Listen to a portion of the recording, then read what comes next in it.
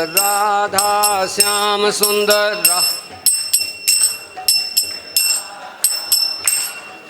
राधा श्याम सुंदर राधा श्याम सुंदर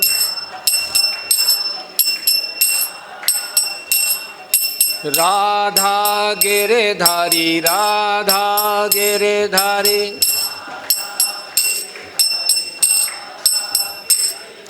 राधा मदन मोहन राधा मदन मोहन राधा कुंज विहारी राधा कुंज विहारी राधा राधा रमन राधा राधा रमन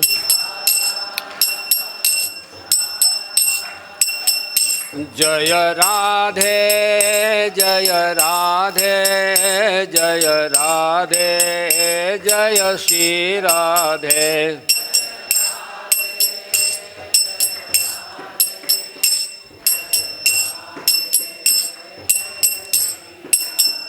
जय राधे जय राधे जय राधे जय श्री राधे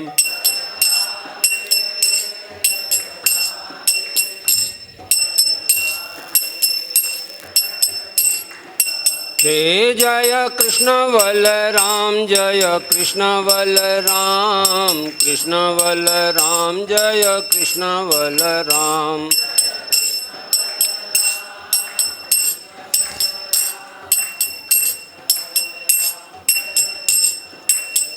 जय वृंदावन धाम जय वृंदावन धाम वृंदावन धाम जय वृंदावन धाम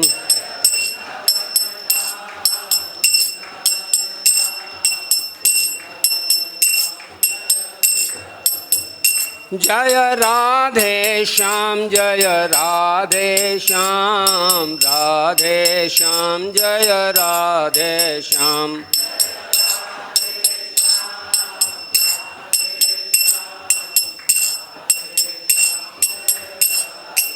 राम जय सीताराम जय सीताराम सीताराम जय सीताराम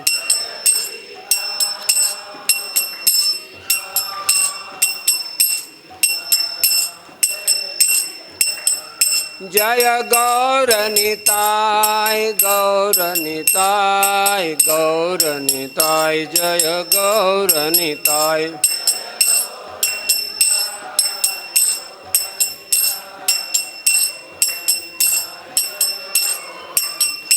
जय जय प्रभुपाद प्रभुपाद प्रभुपाद प्रभुपाद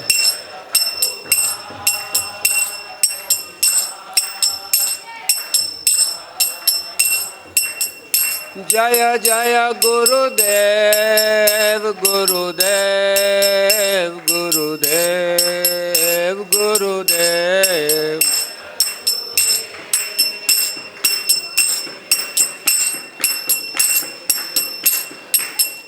हरि बोल हरि बोल हरि बोल हरि बोल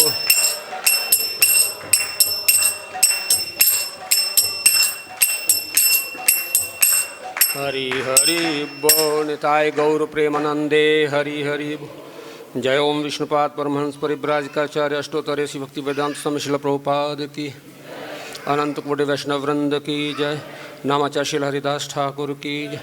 प्रेम से कहो श्री कृष्ण चैतन्य प्रभु नित्यानंद श्री अद्वैत गदाधर शिवासादि गौर भक्त वृंद की जय। गोप गोपीनाथ श्याम कुंड राधा कुंड गिरिगोवर्धन की जय। गंगा माई की जय, यमुना माई की जय, भक्ति देवी की जय, तुलसी देवी की जय, राम भक्त हनुमान की जय, वृंदावन धाम की जय, मथुरा धाम की जय, नवद्वीप मायापुर धाम की जय, जगन्नाथपुरी धाम की जय, नाम संकीर्तन यज्ञ की जय, हरे कृष्ण महामंत्र की जय, भगवत वाणी भगवत गीता की जय, श्रीमद् भागवत महापुराण की जय, समागत भक्त वृंदों की जय, समागत भक्त वृंदों की, समागत भक्त वृंदों की जय, गुरु एंड गौरांग की जय। निताय गौर प्रेमानंदे हरि हरि बोल। ओम नमो भगवते वासुदेवाय। ओम नमो भगवते वासुदेवाय।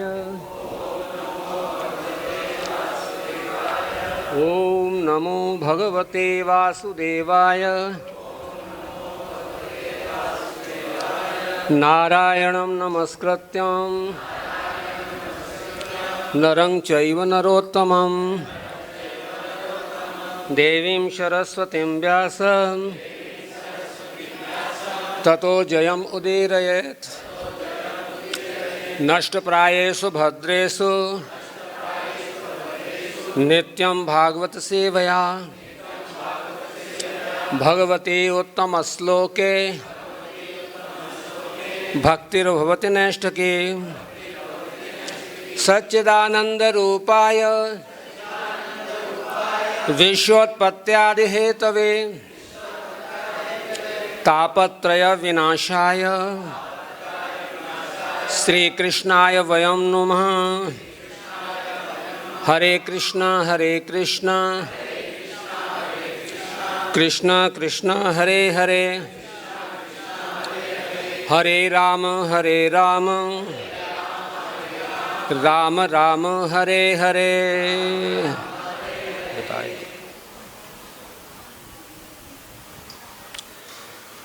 हरे कृष्णा। आप सभी का हार्दिक स्वागत है धारावाहिक श्रीमद् भागवतम कक्षा में। आज का श्लोक है स्कंद 8 अध्याय 9 श्लोक संख्या 27 और 28। पीतप्रायेऽमृते देवैर् भगवान् लोकभावनः, भगवान् लोकभावनः पश्यतामसुरेन्द्राणां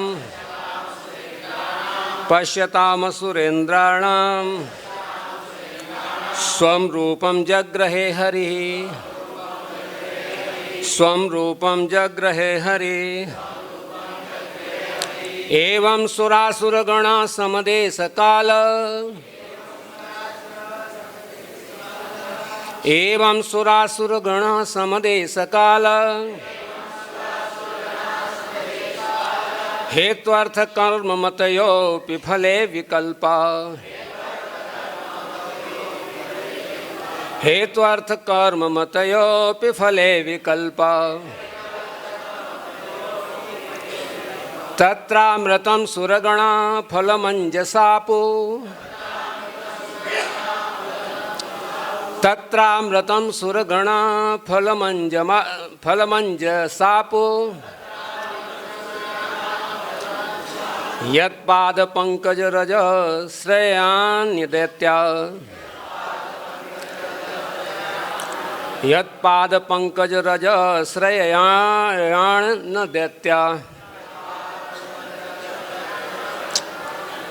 पीतप्रायेऽमृते देवैर् भगवान् लोकभावनः पश्यतामसुरेन्द्राणां स्वं रूपं जग्रहे हरिः। एवं सुरासुरगण समदेशकाल हेत्वर्थ काम कर्म मतयोऽपि फले विकल्पा। तत्रामृतं सुरगणा फलमञ्जसापो यत्पादपङ्कजरज श्रयणान्नदैत्या।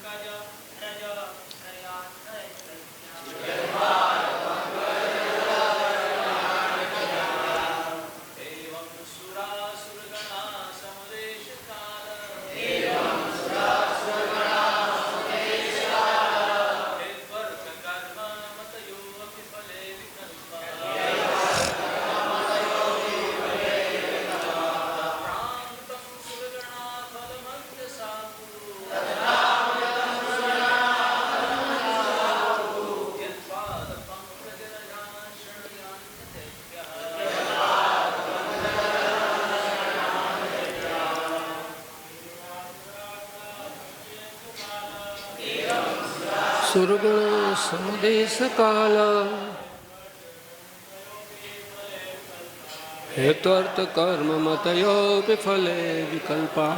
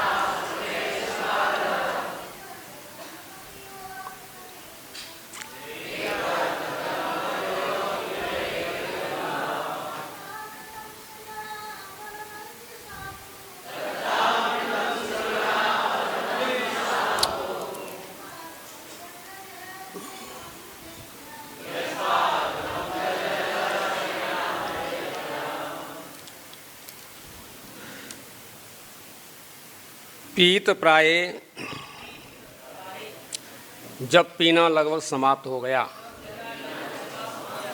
अमृते अमृत का देवई देवताओं द्वारा भगवान मोहिनी मूर्ति के रूप में श्री भगवान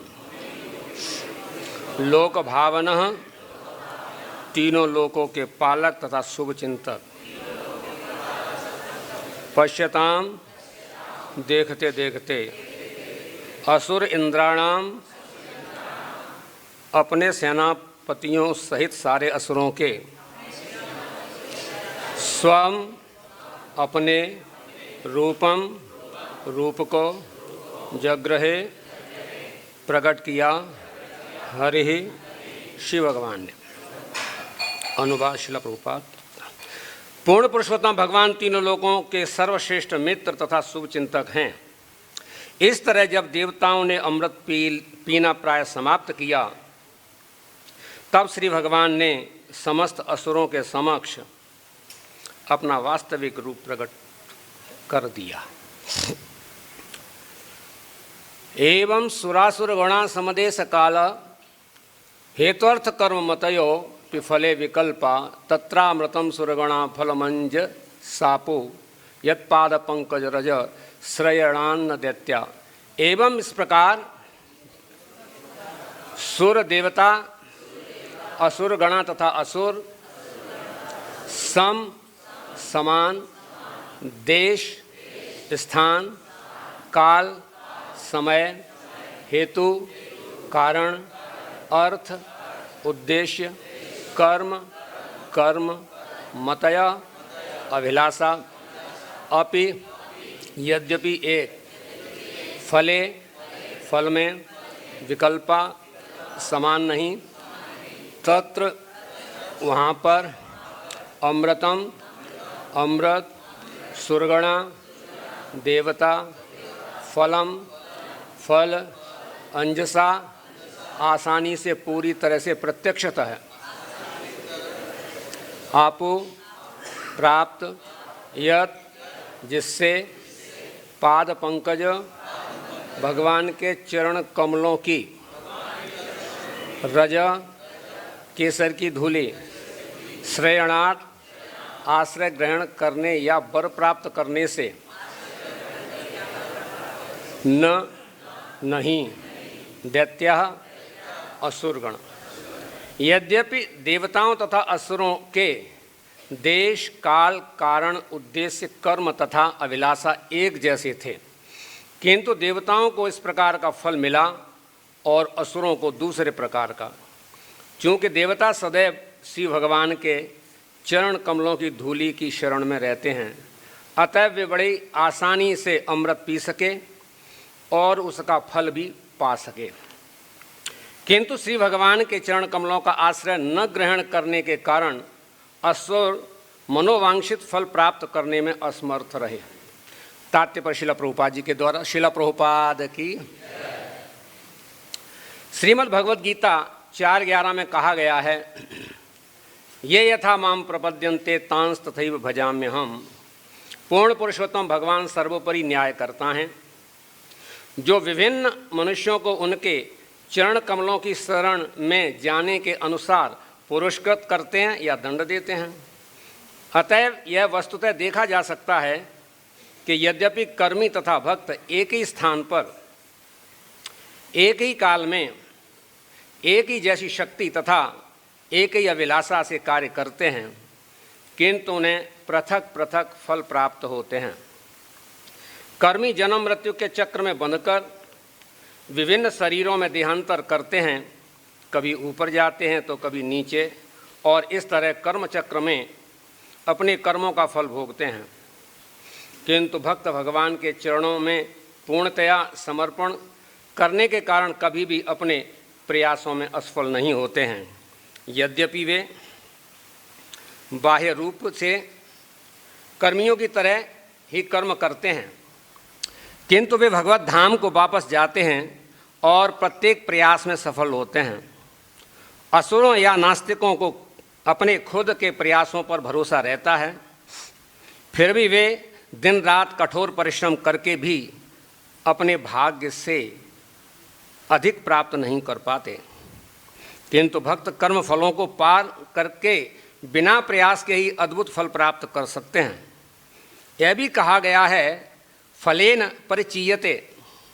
किसी कार्य की सफलता या असफलता उसके फल से जानी जाती है। ऐसे अनेक कर्मी हैं जो भक्तों के वेश में रहते हैं, किंतु पूर्ण पुरुषोत्तम भगवान उनके प्रयोजन को जान सकते हैं। कर्मी जन श्री भगवान की संपत्ति का उपयोग अपनी स्वार्थपूर्ण इंद्रिय तृप्ति के लिए करना चाहते हैं, किंतु भक्त उसे ईश्वर की सेवा में लगाना चाहता है। अतएव भक्त सदैव कर्मी से अलग होता है। भले ही कर्मी जन भक्तों का वेश बना लें। इसकी पुष्टि श्रीमद् भगवद गीता 3:9 में हुई है। यज्ञार्थात् कर्मणो अन्यत्र लोकयम कर्म बंधना। जो भगवान श्री विष्णु के लिए कर्म करता है वह इस भौतिक जगत से मुक्त होता है और इस शरीर को त्यागने के बाद भगवत धाम को वापस जाता है। किंतु कर्मी बाह्य रूप से भक्त जैसा कर्म करने पर भी अपने अभक्तिमय कर्म में फंस जाता है और इस तरह भौतिक संसार के क्लेशों को सहता है। इस तरह कर्मियों तथा भक्तों द्वारा प्राप्त फलों से पूर्ण पुरुषोत्तम भगवान का अस्तित्व समझा जा सकता है। जो कर्मियों तथा ज्ञानियों के साथ भक्तों की तुलना में भिन्न रूप से व्यवहार करते हैं। अतः श्री चैतन्य चरितामृत के रचयिता कहते हैं, कृष्ण भक्त निष्काम अतएव शांत, भुक्ति मुक्ति सिद्धि कामी सकल अशांत।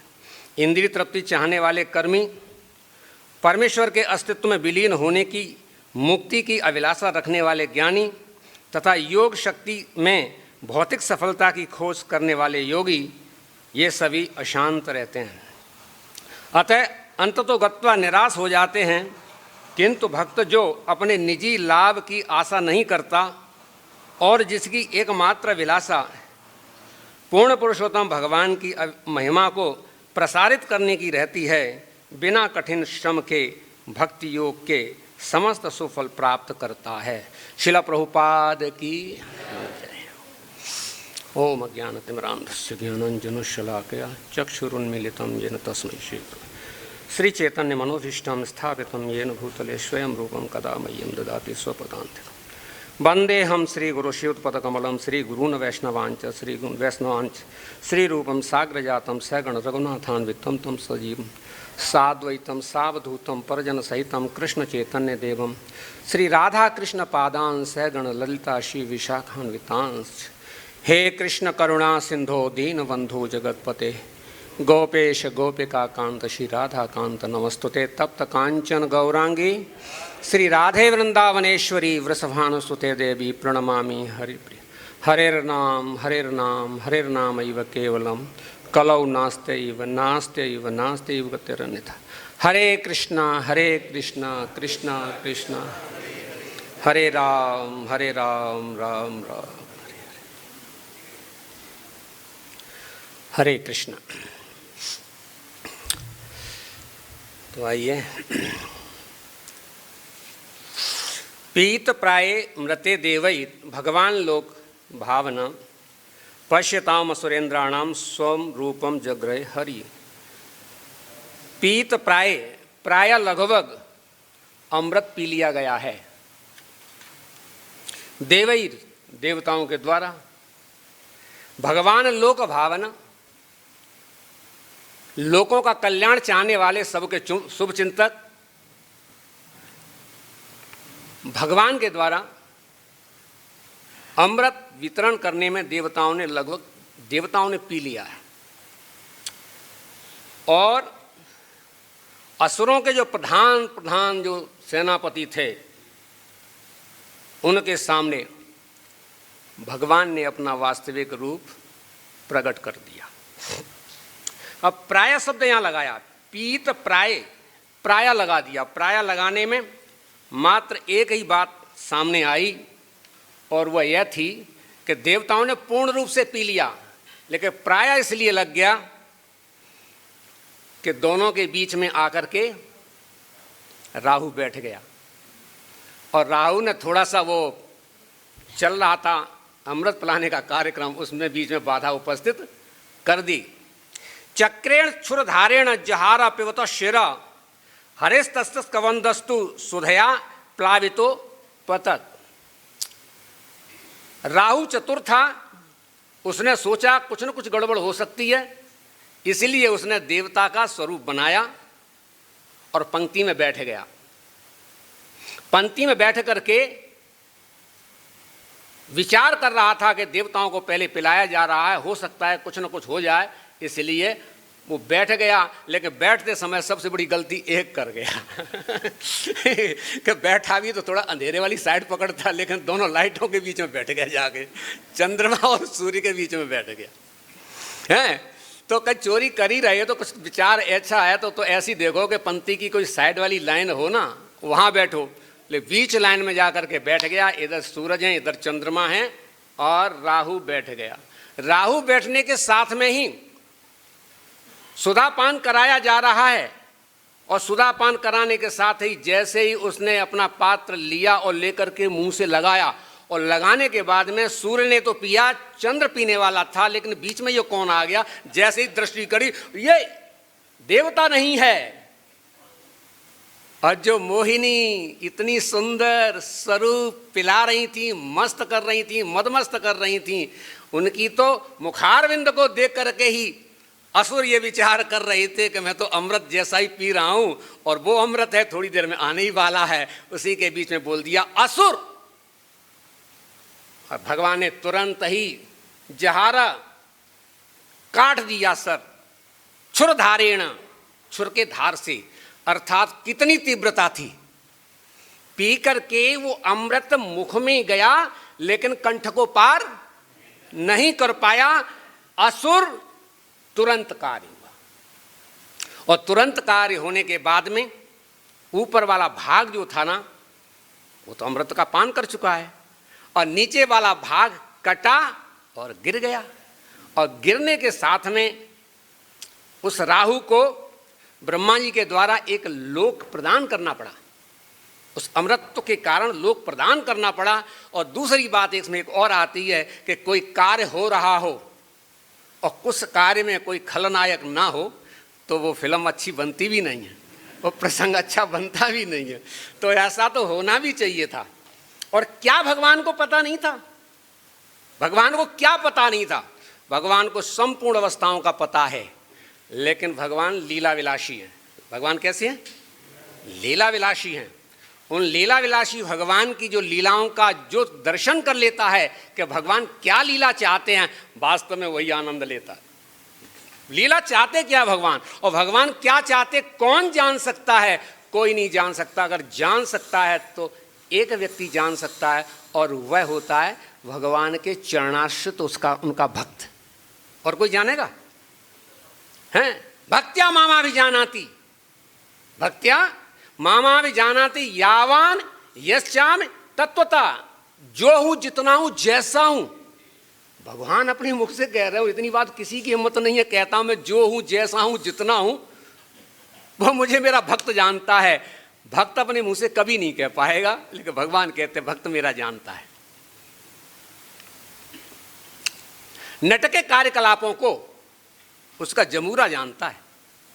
नट जो कार्य करता है ना, तो सभी उसके कार्यों से चमत्कृत होते हैं, लेकिन उसका जमूरा चमत्कृत नहीं होता।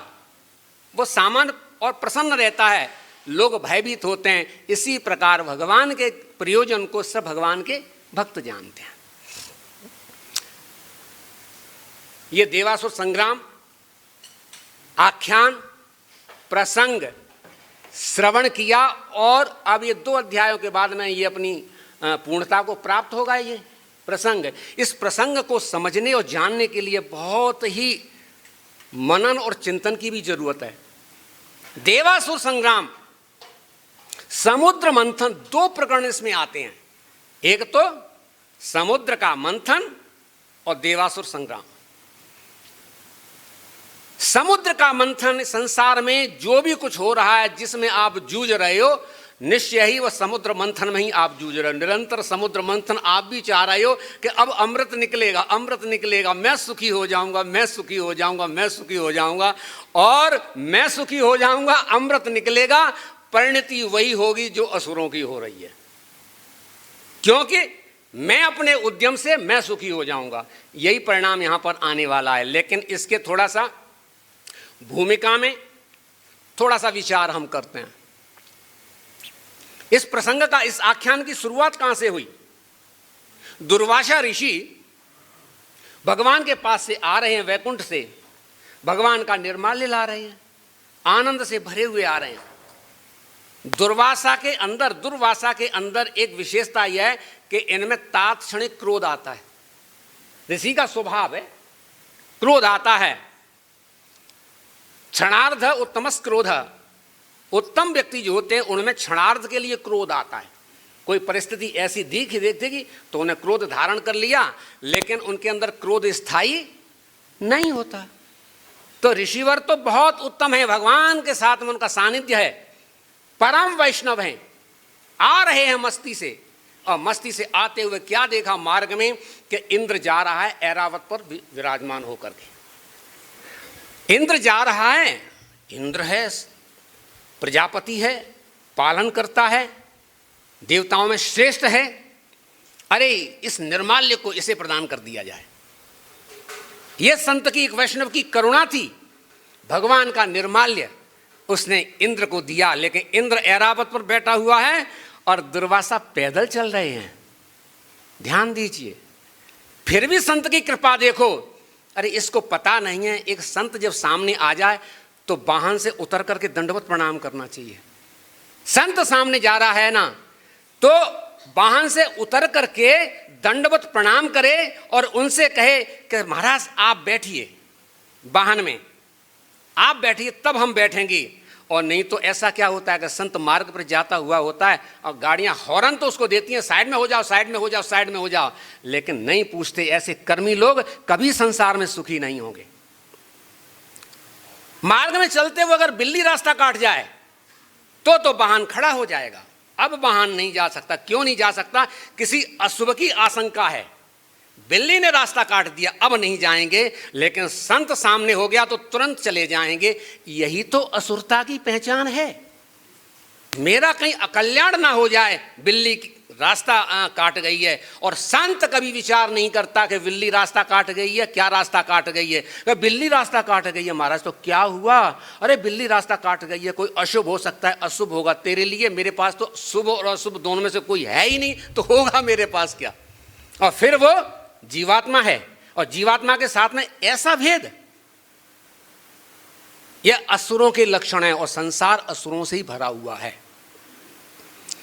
उसमें बहुत काम दुर्लभ अवस्था में आता है कि जिनमें ये चेतना जागरण होती है। और इस चेतना का भगवान ने भगवद गीता में वर्णन कर दिया है।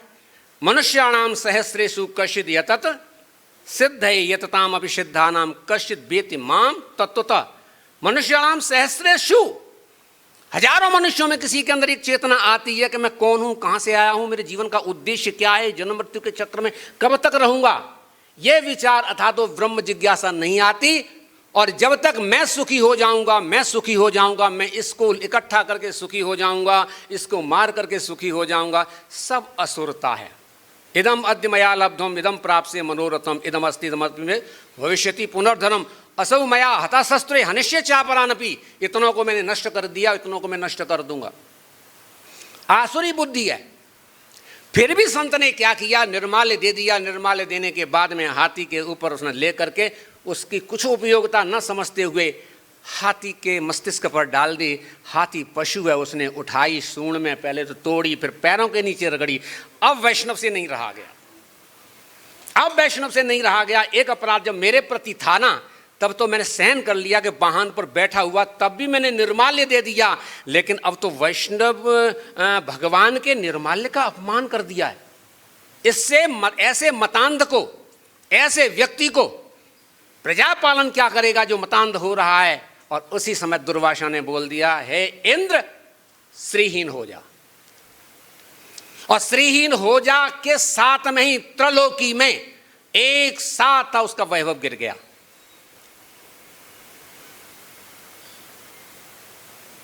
पश्यताम, देखते हैं, जो योग में लगे हुए हैं वो सारी क्रियाओं को प्रत्यक्ष देखते हैं कि मेरे जीवन में मेरे अंदर क्या घट रहा है और सामने क्या घट रहा है। लेकिन असुर जन नहीं देखते हैं।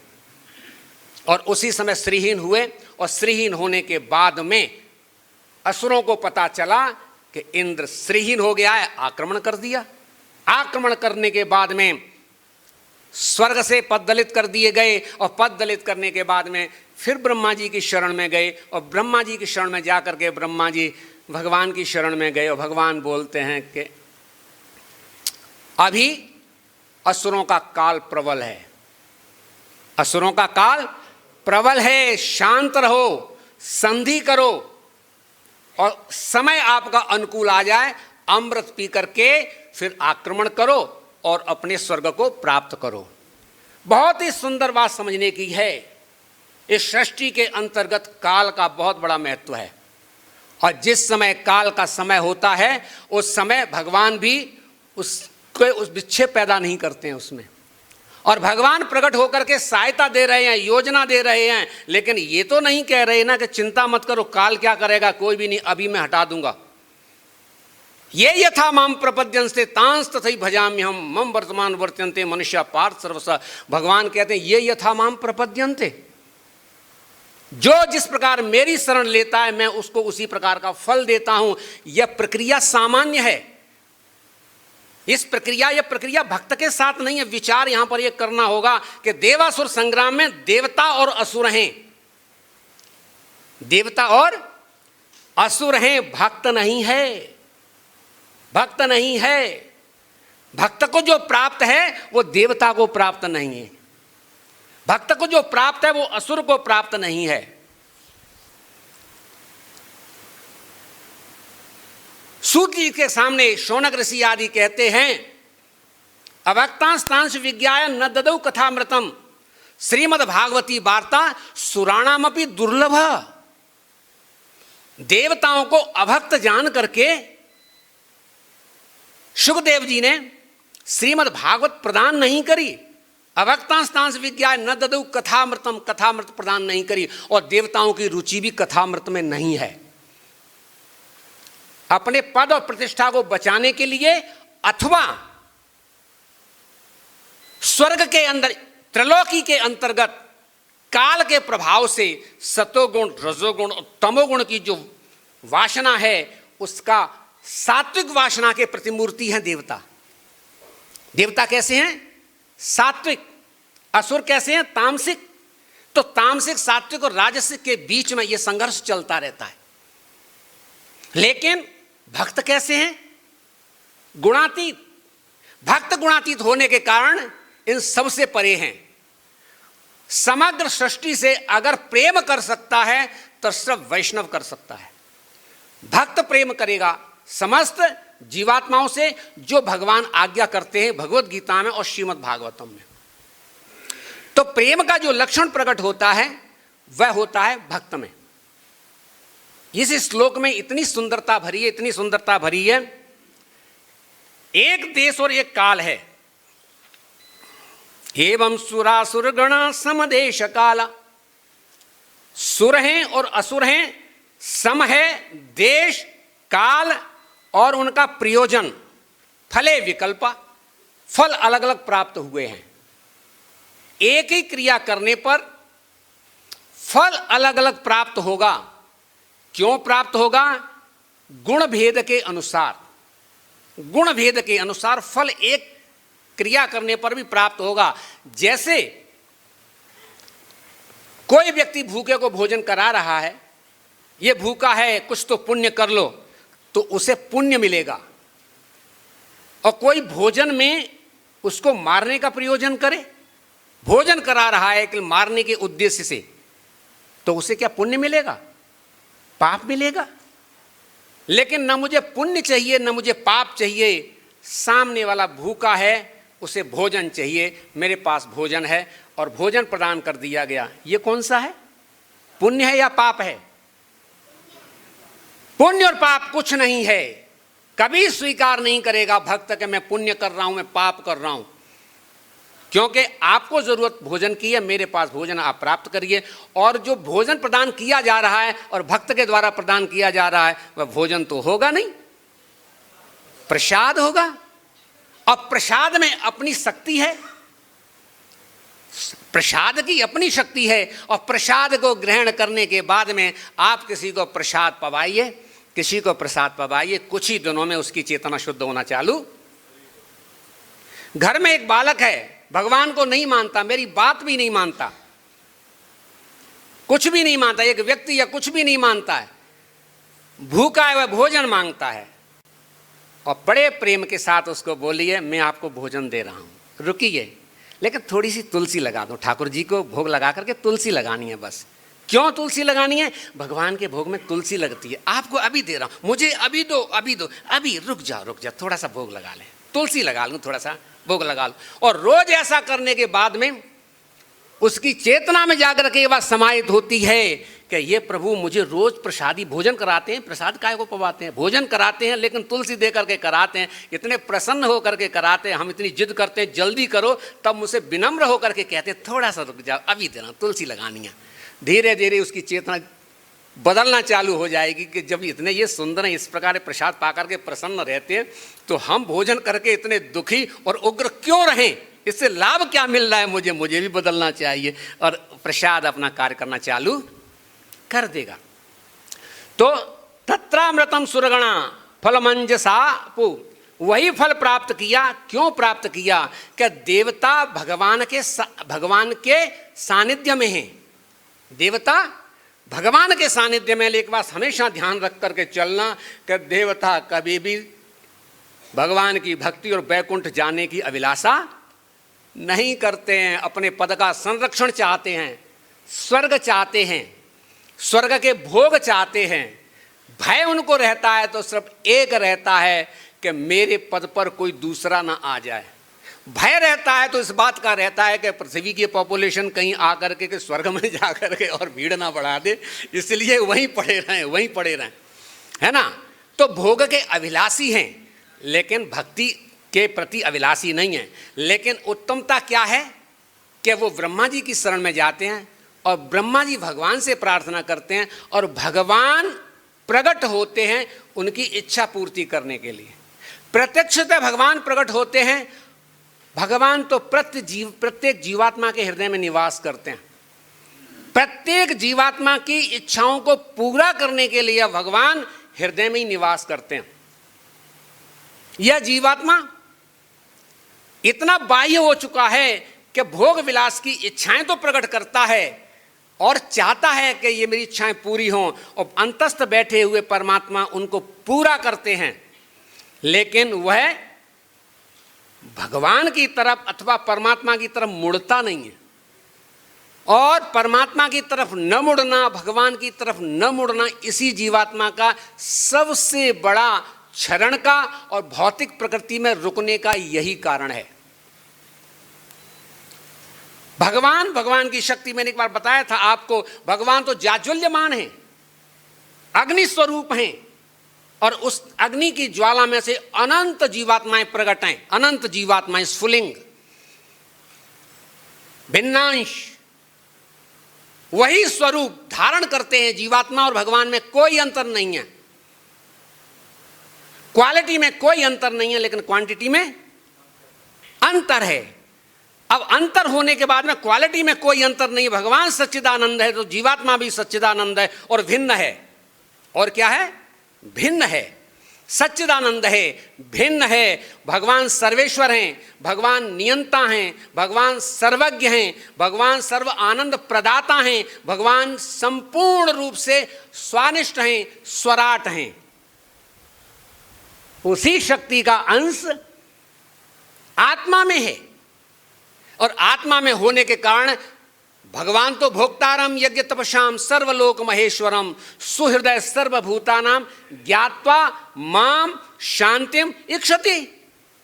ये जान गया कि भगवान ही भोक्ता है, भोक्तारम यज्ञ तपस्याम सर्वलोक महेश्वरम, जान गया कि भगवान भोक्ता हैं, और भगवान ने, मैं जो मेरा स्वरूप है, विभिन्न आत्माएं जो भी हैं, उन भगवान की सेवा करने के लिए। किसके लिए? सेवा के लिए। भगवान ने अपने आनंद के लिए जीवात्माओं को प्रकट किया है, अपने साथ ही भगवान खेलते हैं, उन्हीं का अंश है। लेकिन वही गुण होने के कारण, भोक्तारम यज्ञ तपस्याम का गुण होने के कारण और अविद्या के संपर्क में आने के कारण वह जीवात्मा स्वयं बन बैठता है भोक्ता। कर्ता और भोक्ता बनने के कारण वह प्रकृति के चक्र में चला जाता है, और जाने के बाद में उच्चतम अवस्था उसकी होती है दैवी अवस्था होती है, उच्चतम अवस्था सात्विक अवस्था होती है। लेकिन भोगों की तीव्रता इतनी बढ़ती है, इतनी बढ़ती है कि वह देवताओं से मनुष्यों से पशु, पशुओं से सरीसृप, सरीसृप से एक पदा, बहुपदा, षठपदा, चतुष्पदा होते होते जाकर के वृक्ष, और वृक्ष के बाद में होते होते वो जाकर पत्थर तक पहुंच जाता है। इतनी दुर्गति का मुख्य कारण है भोगने की इच्छा। और जिस समय इस चेतना में इस बात का पता चल जाएगा कि नहीं, जीवेर स्वरूप होए कृष्णेर नित्यदास, मेरा स्वरूप नित्यदास है, और ये सबसे बड़ा संतुष्टि है। जिस दिन आपको पता चल जाएगा कि मेरा स्वरूप तो मेरे प्यारे प्रभु की सेवा करना है, उस दिन आप अनंत अनंत अनंत गुना आप सामर्थ्यवान हो गए। इसमें भी बताया गया है कि देवता और दानवों के बीच में जो संघर्ष चल रहा है, तो इतना परिश्रम करके भी असुरों को फल नहीं मिल पाया और देवताओं को फल प्राप्त हुआ। तो फल प्राप्त होने का मतलब है कि जब भगवान को भोग लग रहा है और हम भगवान के भोग के लिए हम समर्पण हो रहे हैं, तो भगवान का भोग तो बहुत विस्तार का है। और हमारी क्षुधा कितनी है। शर्म आएगी कि हम अपने लिए प्रयत्न करें। हम भगवान को प्रसन्न करने के बाद में अरे अपनी तो चिंता ही नहीं है, जीवन भर हमारी इंद्रियां तुष्ट पुष्ट और तृप्त रहेंगी, इतनी सामर्थ्य आपके। लेकिन जब भगवान को छोड़ देते हैं तो यही कहना पड़ता है, अरे कमाएंगे नहीं तो खाएंगे क्या, कमाएंगे नहीं तो खाएंगे क्या, कमाएंगे नहीं तो खाएंगे क्या। इतना एक व्यक्ति में जो अनलिमिटेड सामर्थ्य है, जो भोग की इच्छा के कारण बहुत ही लिमिटेड हो जाता है। इसमें श्रील प्रभुपाद जी ने वो बातें कही हैं सूक्ष्म में, जिन बातों का वास्तव में बहुत ही समझने के लिए है। और श्रील प्रभुपाद जी को तो आज से 45-50 साल पहले जो बातें लिख दी गई हैं, परफेक्टली आज वो बातें पूर्ण रूप से होती हैं। साधु के भेष में कोई भी आ सकता है, अपनी स्वार्थ पूर्ति करने के लिए कोई भी आ सकता है, और साधु को, संत को, शुद्ध वैष्णव को जिसने समर्पण किया, भगवान के प्रति समर्पित है, वह साधु का भेष धारण करके उसे पीछे धकेलेगा और खुद आगे बढ़ेगा, सभी को बताएगा कि मैं भगवान के साथ मेरा संबंध ज्यादा है, तुम क्या है और मैं क्या है। ये संघर्ष उत्पन्न हो गया और एक साधु है वो संघर्ष में जाता नहीं, साधु जाता नहीं, साधु सिकुड़ता है, साधु सिकुड़ता है। जिस प्रकार भगवत गीता में भगवान कहते हैं कि जिस प्रकार कछुआ अपने अंगों को समेट लेता है, इस प्रकार साधु अपने को समेटता है, संघर्ष नहीं करता और बनावटी संघर्ष करके धकेलेगा। इसीलिए संसार में छद्म वेशधारी बहुत कुछ है। आपके पास में जब उसको पहचानने की सामर्थ्य नहीं है, संत संघर्ष नहीं करता है, इसीलिए आडंबर और पाखंड बहुत प्रबलता से फैला हुआ है। तो हमें बचाव ये करना है, पहले तो हम शुद्ध हों और अपने आप को भगवान की सेवा में लगाएं। हमारे जीवन का उद्देश्य भगवान को प्रसन्न करना। श्रील प्रभुपाद की वाणी को व्यापक रूप से विस्तृत करना, इस उद्देश्य को हम प्राप्त करें। और आज एक और स्फुरणा उत्पन्न हो रही है हृदय के अंदर कि कल व्यास पूर्णिमा थी, आज से चतुर्मासा प्रारंभ हो गया, आनंद का विषय है। व्यास जी, व्यास के विषय में थोड़ा सा बताया जाए। व्यास के जन्म के विषय में, उपरचर नाम के एक वसु हैं, उनकी पत्नी है, भजन में लगे हुए हैं, संकल्प किया है कि भजन करेंगे तब एक संतान उत्पन्न करेंगे, संतान उत्पन्न करेंगे। और जो निश्चित समय रखा था, उस समय क्या हुआ कि उस संतान उत्पन्न करने के लिए, गर्भाधान के लिए जो निश्चित समय रखा था, संत को चाहिए कि अगर कोई संत उत्पन्न करना है तो उसके लिए प्रयास, प्रयोजन और तपस्या जरूरी है। पशुओं के लिए कोई जरूरी नहीं है। पशुओं के लिए तो शरीर का संपर्क, संघर्षण सुख ही, जो घर्षण सुख है वहीं तक सीमित है।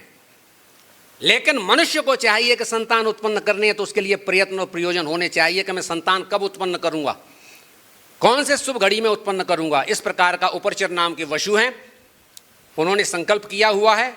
और संकल्प करने के साथ में जिस घड़ी को वो ऋतुदान देना था, उसी समय क्या हुआ, स्वर्ग से देवताओं की सूचना प्राप्त हो गई कि महाराज आइए, देवासुर संग्राम हो रहा है, आप आइए, आप आइए, आपके बगैर कार्य नहीं बन सकता। उपरचर नाम के वसु स्वर्ग जाने लगे और जाते हुए मार्ग में उन्हें विचार आया, अरे मैंने तो अपनी पत्नी को वचन दिया था ऋतुदान देने का, और ये क्या हुआ। उसी समय जो संकल्प था, साधना के क्षेत्र में जब समाधि ली जाती है तो समाधि का निश्चित समय होता है। समाधि के समय से यदि आप उसके अंदर रहे तो मृत्यु को प्राप्त हो जाएंगे। भूमि के अंतर्गत जो समाधि ली जाती है उसका संकल्प होता है ना, संकल्प बिल्कुल फिक्स होता है। उसी प्रकार उपरचर वसु का स्खलन हुआ। स्खलन होने के बाद में उस स्खलन को लीफ कप, पत्ते के दोने पर रखा और रख करके बोला कि इसको जाकर के पत्नी के लिए भेज दिया कबूतर के द्वारा। और कबूतर के द्वारा जैसे दोने को लेकर के जा रहा था, पक्षियों में संघर्ष और लड़ाई हो गई और वो स्खलित हो गया, गंगा जी में गिरा। मछली ने उसको धारण कर लिया, मछली ने धारण कर लिया, मछली ने गर्भ को धारण किया। गर्भ को धारण करने के बाद में दासराज जो केवट था, मछली को पकड़ रहा था, एक विशाल मछली उसके जाल में फंसी। और विशाल मछली को जाल में ला करके जैसे आया, ये तो कोई विशाल मछली है, आज तक तो ऐसी मछली कभी देखी नहीं। उसने उसको धीरे से उसको काटा धीरे से, तो उसमें से एक सुंदर कन्या प्रकट हुई, दैदीप्यमान सुंदर कन्या प्रकट हुई। कन्या प्रकट होने के बाद में उस कन्या को देख करके दासराज तो मोहित हो गया। और कालांतर में वह कन्या बड़ी हुई, लेकिन उसमें एक विशेषता थी कि उसके अंदर से मछली की गंध आती थी। क्या आती थी? मछली की गंध आती थी। इसका नाम क्या रखें, नाम क्या रखें, नाम रखने की जरूरत ही क्या है? मत्स्य गंधा। क्या? मत्स्य गंधा। मत्स्य गंधा बड़ी हुई। मत्स्य गंधा बड़े होने के बाद में एक दिन दासराज बैठे हुए हैं, उधर एक ऋषि हैं और ऋषि आवाज लगा रहे हैं कि दासराज केवट जल्दी आओ, मुझे पार होना है, पार होना है। उन्होंने कहा महाराज मैं क्या करूं, मैं तो रसोई बना रहा हूं, मुझे जल्दी पार करो, मैं रसोई बना रहा हूं। बेटी बोली पिताजी आप आज्ञा करें तो मैं ले आऊं। अरे बेटी तुम ले आओगे, ऋषि हैं, ले आओगी, तू ले आओगी। अरे पिताजी आपने तो मुझे सिखा रखा है नाव चलाना, अच्छी तरह जा सकती हूँ, ला सकती हूँ। और जैसे ही बेटी गई और जाकर के दासराज की बेटी जैसे ही पार गई और पार करके ऋषि पराशर को बिठाया। पराशर ऋषि को बिठा करके बीच गंगा के बीच में आए। रूप और लावण्य को देख करके ऋषि मोहित हो गए और मोहित होने के लिए उन्होंने प्रणय निवेदन कर दिया। उस कन्या ने कहा, ऋषिवर आप क्या कर रहे हैं? मैं कि दास कन्या हूं। कोई बात नहीं। ऋषिवर क्या कर रहे हैं? मेरे शरीर से दुर्गंध आती है, मेरे शरीर से दुर्गंध आती है, मेरा नाम मत्स्यगंधा है। चिंता मत करो, स्पर्श करने के साथ में, इस शरीर का स्पर्श करने के साथ में योजन गंधा बन जाओगी।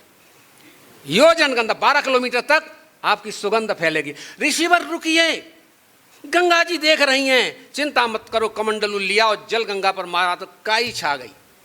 ऋषिवर रुकिए, आकाश में सूर्य देख रहे हैं, कमंडलू लिया, आकाश में मारा, कोहरा छा गया। सारे प्रयत्न किए, ऋषिवर को जो करना था वो किया। कामातुराणाम न भयम न लज्जाम। कामातुर के लिए सारी बांधनों को तोड़ करके वो कामातुर सारे कार्य करते हैं। और इसके बाद में क्या हुआ? महान वस्तु प्रकट हुई। उस महान वस्तु का नाम था व्यासदेव। व्यासदेव प्रकट हुए, संसार से विरक्त थे और विरक्त होने के बाद में भगवान के चेतना में डूब गए। भगवान के कलावतार थे और डूबने के बाद में उन्होंने भी अपना ग्रस्त स्वीकार किया और उनसे सुखदेव प्रकट हुए। उन व्यासदेव ने 4 वेद, 4 उपवेद, 17 पुराण, मीमांसाएं सारा प्रकट कर दिया। और प्रकट करने के बाद में एक दिन व्यासदेव बैठ करके विचार करते हैं, कारण क्या हुआ कि मैं अतृप्त सा महसूस कर रहा हूं। सब कुछ प्रकट करने के साथ में भी मैं अतृप्त सा महसूस कर रहा हूं। और उसी समय व्यासदेव शिला पर बैठे हुए बद्रिकाश्रम में, किं वा भागवता धर्म न प्रायेण निरूपिता प्रिय परमहंसा नाम तही एव अक्षुत प्रिया। अक्षुत को जो प्रिय है, भगवान को जो प्रिय है, वह तो लीला गायन मैंने किया ही नहीं, भगवान का तो लीला गायन मैंने किया नहीं है। उसी समय नारद जी आते हैं और नारद जी क्या कहते हैं? हे पराशर। जैसे ही नारद जी ने आए वीणा वादन करते हुए, पाराशर्य महाभाग भवता कच्चिदात्मना परितुष्यति शारीर आत्मा मानस एववा। हे पाराशर के पुत्र व्यासदेव, क्या तुम शरीर से, मन से, आत्मा से प्रसन्न हो? उस समय व्यासदेव जी बोलते हैं, हे ऋषिवर, आप जो प्रश्न कर रहे हैं वह प्रश्न मत करिए, उत्तर दीजिए, मैं संतुष्ट नहीं हूं। हे व्यासदेव, तुम संतुष्ट हो भी नहीं सकते। क्यों? इसलिए नहीं हो सकते, यथा धर्मादय आचार था मुनिवर्यानुवर्णिता न तथा वासुदेवस्य महिमा ह्यनुवर्णिता। आपने जिस प्रकार धर्म, अर्थ, काम और मोक्ष का सुंदर वर्णन किया है, उतना आपने भगवान के लीला गुणानुवाद का वर्णन नहीं किया है। धर्म, अर्थ, काम और मोक्ष को वर्णन करके वह स्वर्गकामी होंगे, वह वंदन करेंगे, मोक्ष के कामी होंगे, वह वंदन करेंगे, सकाम कर्म के होंगे, वह वंदन करेंगे, लेकिन हंस तुम्हारा वंदन नहीं करेंगे, वैष्णव तुम्हारा वंदन नहीं करेंगे। इसीलिए भगवान के गुणानुवादों का संकलन करो। सुंदर कथा है, मैंने बहुत संक्षेप में कही है। और उसी समय व्यासदेव जिस प्रकार नारद जी ने संकेत किया, समझाया, बताया, न यद्वचस चित्र पदम हरेर यशो जगत पवित्रम प्रगणित करचित तदवायसम तीर्थ मुशंति मानसा नयत्र हंसा निर्मंति संक्षया त्यक्त्वा स्वधर्मम चरणाम्बुजम हरे भजन न पक्कोथ पते ततो यदि यत्र क्ववा भद्रम भूदमुस्य किम को वार्थ आप तो भजताम स्वधर्मता। त्यक्त्वा स्वधर्मम चरणाम्बुजम हरे, सब कुछ छोड़ करके भगवान के चरणारविंद को जिसने ग्रहण कर लिया है, उसका क्या बुरा हो गया है? सभी प्रकार के धर्मों का पालन करने पर भी भगवान को स्वीकार नहीं किया, उसका क्या भला हुआ है? ऐसा वर्णन करने के बाद में परिपक्व अवस्था में जब व्यासदेव जी ने भागवत का संकलन किया है, और भागवत का संकलन किया है, परिपक्व पुराण दिया है, उसका नाम क्या है? श्रीमद् भागवतम। तो 18 पुराण हम कहने में संकोच करते रहे हैं, 18 पुराण नहीं, 70+1 बोलो। परिपक्व अवस्था में भागवत, और वही भागवत जब पूरे ग्रंथ जब आपको प्रदान हुए, तो प्रदान होने पर भी व्यास देव की गरिमा तब तक नहीं बन पाई वैष्णवों के लिए जब तक भागवत प्रदान की, और भागवत जब प्रदान की, इसीलिए वैष्णव व्यास पूर्णिमा मनाते हैं। व्यास पूर्णिमा का भागवत से संबंध होने के कारण व्यास पूर्णिमा मनाई जाती है। तो कल व्यास पूर्णिमा का सुंदर अवसर रहा, बहुत आनंद रहा, और आज से चतुर्मासा प्रकट हो गए। चतुर्मासा का मतलब क्या है? वर्षा ऋतु प्रारंभ है, इसमें सब कुछ करिए, ये खाया जाएगा, ये नहीं खाया जाएगा, इसमें ये खाया जाएगा, इसमें ये नहीं खाया जाएगा, ऐसे होगा वैसे होगा, 50 प्रकार के नियमों को धारण करिए, लेकिन उन नियमों की इतनी उपयोगिता नहीं है जितनी उपयोगिता भजन को बढ़ाने की है। भजन को बढ़ाया है तो सारी उपयोगिताएं हैं। और ध्यान दीजिए, साइंटिफिक तरीके के साथ में पात सब्जी नहीं खाई जाएगी। अरे बरसात का मौसम है, पत्तों के अंदर बैक्टीरिया हैं, बरसात का मौसम है, रोगी तो हो ही जाओगे ना। तो ये नियम बन गया, दही खाओगे गैस बनेगी, पाचन क्रिया सही नहीं होगी, साइंटिफिक तरीके से लगाया गया है। लेकिन 4 महीने तक संत जन स्थानांतरण नहीं करते और अपनी भजन को बढ़ाते हैं। 4 महीने भजन को बढ़ा करके उच्चतम अवस्था तक आते हैं, और 8 महीने तक वितरण करते हैं। क्या करते हैं? 8 महीने तक वितरण करते हैं, और पुनः 4 महीने अपने को चार्ज करते हैं, और 8 महीने वितरण करते हैं। इसका नाम है करुणा। क्या नाम है? जीवों पर करुणा, इसका नाम है।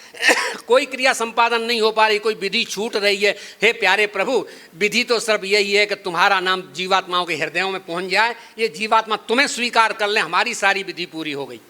ये जीवात्मा आपको स्वीकार कर लें, सारी विधि पूरी हो गई। और यही भगवान भगवत गीता में कहते हैं, न मे पार्थास्त कर्तव्यम त्रिषु लोकेषु किंचन। हे पार्थ, मेरे लिए कोई कार्य नहीं है तीनों लोकों में। नान वाप्तव्यम वर्त एव च कर्मणि। मेरे लिए कोई ऐसा नहीं जो प्राप्त करना है, मेरे लिए कोई ऐसा नहीं जो मुझको प्राप्त नहीं करना है। फिर भी मुझे इन जीवात्माओं के कल्याण के लिए मैं संलग्न रहता हूँ। इसी प्रकार मेरा भक्त भी संलग्न रहता है। हम सभी को क्या करना चाहिए? श्रीला प्रभुपाद के उद्देश्य को पूरा करने के लिए विगुल बजा देना चाहिए। ग्रामे ग्रामे क्षेत्र क्षेत्र में जाके भगवान के नाम का प्रचार हो। इन्हीं शब्दों के साथ में हरे कृष्णा कृष्णा कृष्णा हरे हरे, राम राम राम हरे हरे, हरे कृष्णा कृष्णा कृष्णा हरे राम राम राम हरे, हरि बोल हरि बोल हरि बोल हरि बोल। हरे कृष्ण।